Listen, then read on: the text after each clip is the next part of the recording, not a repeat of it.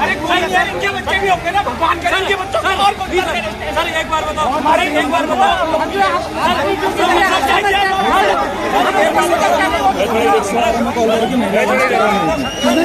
उसको 12 पे कॉल करो।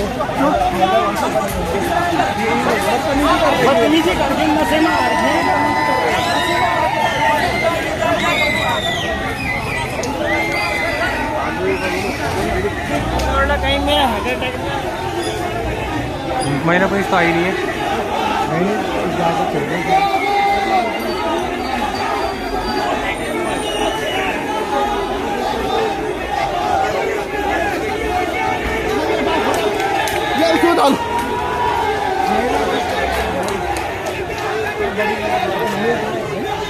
भाई मेरे महीना पुलिस क्यों नहीं आई?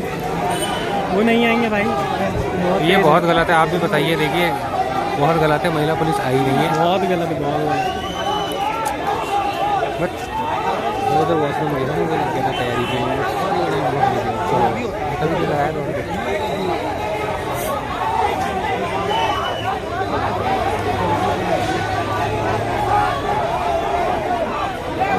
उनका और कुछ नहीं करना, उनको साथ ही लगाने होते हैं ना, बाकी टूट जाएगा आंदोलन वैसे ही होता है। लीडर उठाना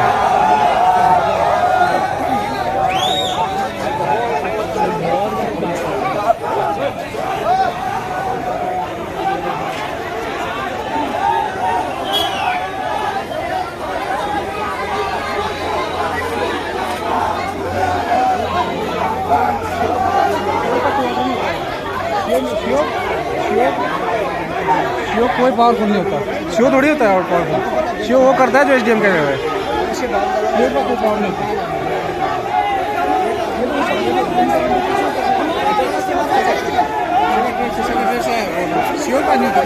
क्या बोल रहे हैं?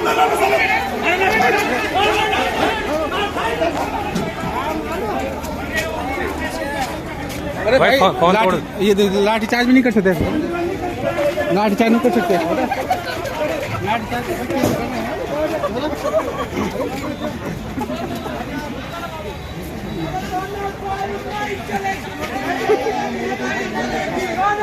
भाई साहब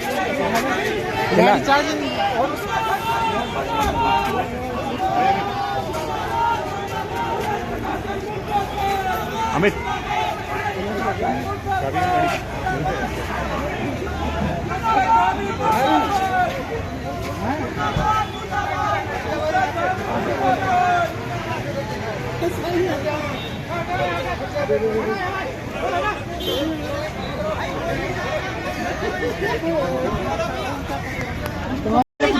देखिए बेरोजगारों का दर्द है। रवीना जगह देना मुझे थोड़ा, मेरे चप्पल वहीं रह गए यार। मैंने कहा उन्होंने ऐसे 5-6 लग गए मुझे तो खींचने में यार, एकदम से मतलब मैंने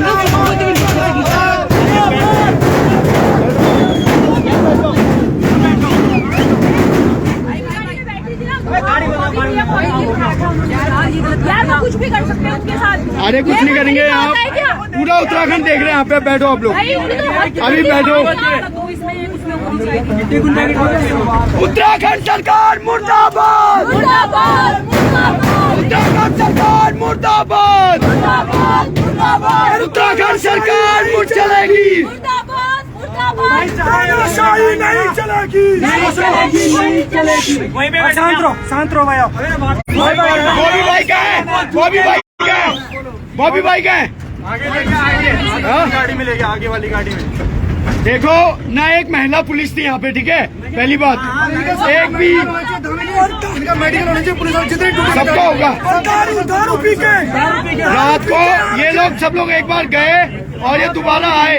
महिला पुलिस के लोग यहाँ पे आए और हमारे साथ छात्राएं थी हमारे पास यहाँ पे। दारू पी के आए हैं।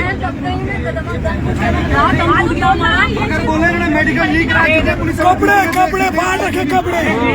मेरे जितने भी युवा दोस्तों देख रहे हैं सब आपके लिए लड़ रहे हैं। अगर आपके अंदर जमीर बचा है तो उतरिए सड़कों में और इस सरकार को दिखाइए कि लोकतंत्र क्या है। सारे बेरोजगारों को यहाँ पर उठाकर ले गई है। हाईकोर्ट जाएंगे इसके लिए हम हाईकोर्ट। कल ज्यादा से ज्यादा संख्या में ग्राउंड में आ रहे हैं और बता रहे हैं सरकार को किसके ऊपर क्या है। क्या सिर्फ हम एग्जाम देने की तैयारी करते रहे और ये सिस्टम ऐसे भ्रष्ट और करप्ट नेताओं अफसरों को एंट्री देता रहेगा। घोटाला कर रहे हैं लोगों को जेल में नहीं बंद कर सकता। लेकिन दोस्तों जागिए, अब बहुत हो चुका है। मैं सही कह रहा हूँ। अरे भाई ये ऐसा 2016 के बैच के हैं। धांधली देखे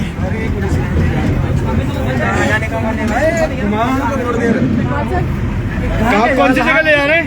कहाँ रहे जहाँ भी ले जा रहे हैं यार। रवि ना बैठ जाओ कोई दिक्कत नहीं है यहाँ पे अभी। आप क्या कहना चाहेंगे जिस तरह से हमारे मसूर से हमारे बड़े भाई बैठे हैं यहाँ पे, क्या कहना चाहेंगे जिस तरह से बिना महिला पुलिस के हमारी छात्राओं के साथ जो कुछ हुआ, नंगे पांव युवाओं को दौड़ाया गया है, देखिए क्या कहना चाहेंगे? मैं आपसे इस बारे में जानना चाहता हूँ। बस पहले तो सारे के सारे पुलिस वाले दारू पी रहे थे, ठीक है। दूसरे अंदर महिला पुलिस वाली वो तो हमसे ऐसा बिहेव कर रहे हैं जैसे हम लोग पता नहीं कौन से राज्य मुख्यमंत्री की कुर्सी मांग रहे हैं, कैबिनेट मिनिस्टर की कुर्सी मांग रहे हो। अगर युवाओं को उनका अधिकार नहीं मिलेगा तो उन्हें चाहिए क्या इस प्रदेश के अंदर? आपने तो पहले पलायन करवा दिया आधे से ज्यादा उत्तराखंड।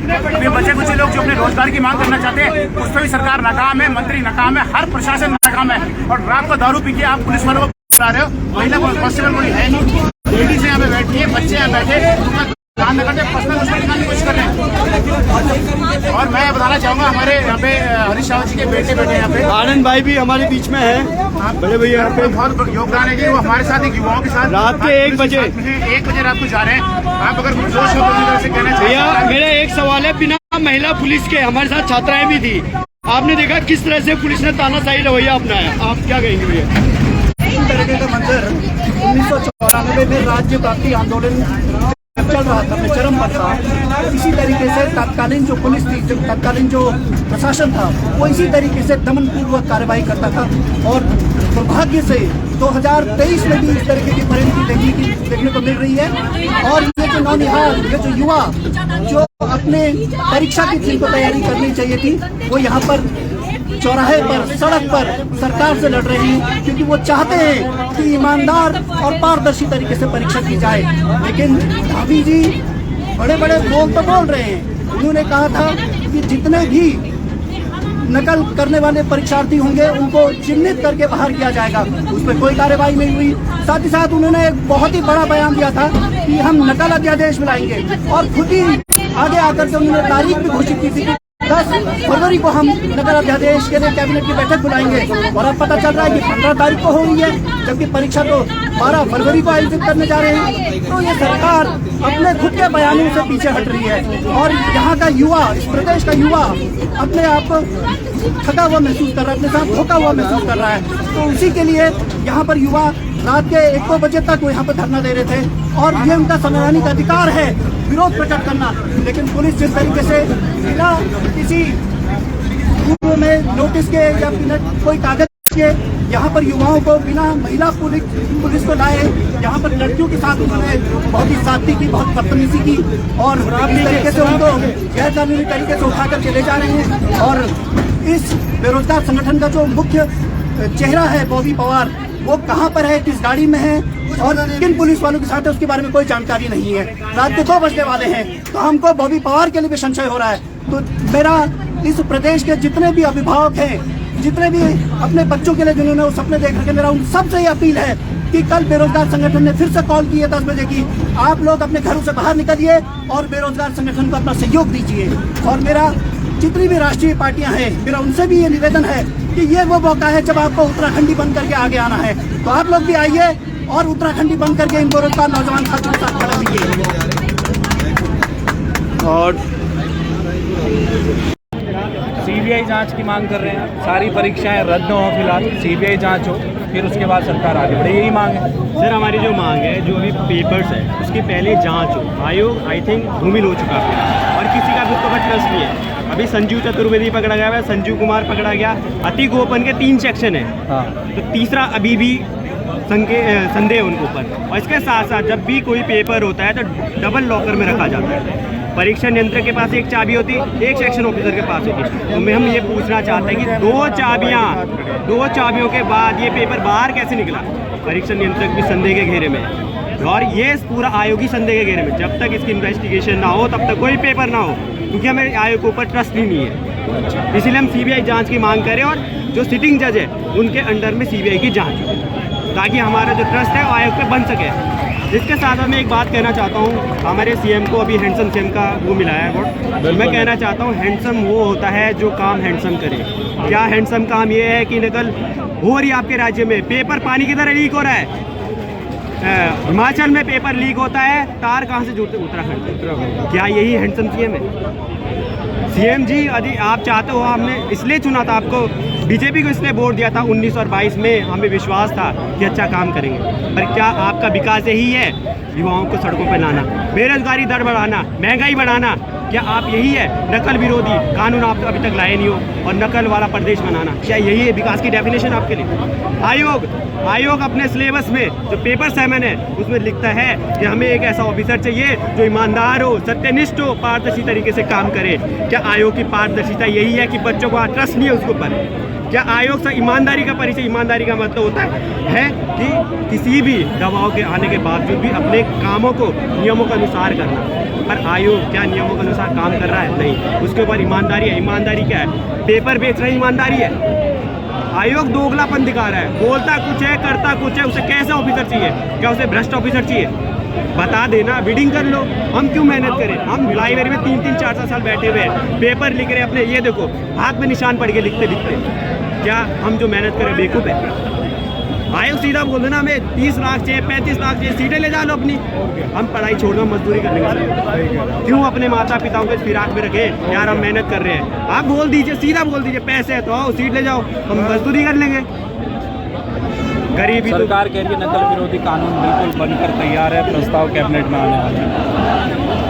सर है तो पहले बनने के लिए तो सर उनके वादे लागू कर दो ना। अभी जो पकड़े गए हैं, फिर जो यहाँ पे यूके पीसीएस और जब यूके एसएससी में पहले घोटाले हुए, तो सर मैं उससे पहले ये पूछा, उसी टाइम उन्हें नकल विरोधी कानून लाना चाहिए था।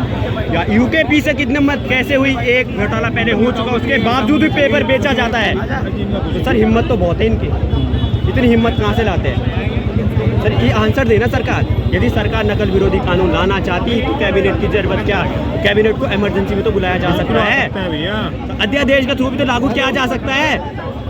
सर कर क्यों नहीं है? आर्टिकल 213 क्या बोलता है? आप इमरजेंसी में या फिर पब्लिक सेफ्टी में या पब्लिक इंटरेस्ट में आप अध्यादेश ला सकते हो। तो सरकार कर क्यों नहीं है? सरकार की मंशा पे प्रश्न चिन्ह है। यदि हैंडसम सीएम हो तो सर हैंडसम काम कीजिए ना। बिल्कुल, हम भी यही तो चाहते, इसीलिए तो आपको वोट दिया था। पर हमारे वोट का आप ये हाल करोगे, हमें बिल्कुल अंशा नहीं दी। आप चाहते हो कि आपको 24 या 27 में फिर वोट दें बार, तो सर काम तो अच्छा करना पड़ेगा आपको। यदि मैंने आपको वोट दिया था, पर्सनल बोल रहा हूँ, 19 में 22 में, पर शायद है ना आप ऐसे ही काम कर दो तो मैं आपको वोट नहीं दूंगा। और ऐसे ना जाने कितने युवा है जो आज सड़कों पर भटक रहे हैं, क्योंकि आयोग की गलतियाँ हैं, सरकार की गलतियाँ, भुगत युवा रहा है। बिल्कुल भाई, थैंक यू।